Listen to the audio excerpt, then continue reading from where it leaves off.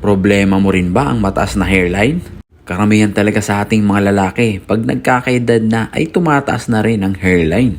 Sabi nga habang kumakapal ang bulsa mo ay siya naman pagnipis ng buhok mo. From Obando, Bulacan nga pala si boss, dumayo pa sa atin dito sa Valenzuela. Napanood niya raw ako sa YouTube at alam niyang ako ang makakasolusyon ng kanyang problema. Kaya naman ito na, umpisan na natin ang gupitan.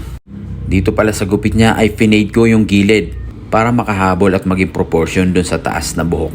Challenging ang gupit na to kasi maiksi na talaga ang kanyang bangs. Kaya naman binigay ko ang aking 100% para naman masaya siya sa kanyang pagdayo.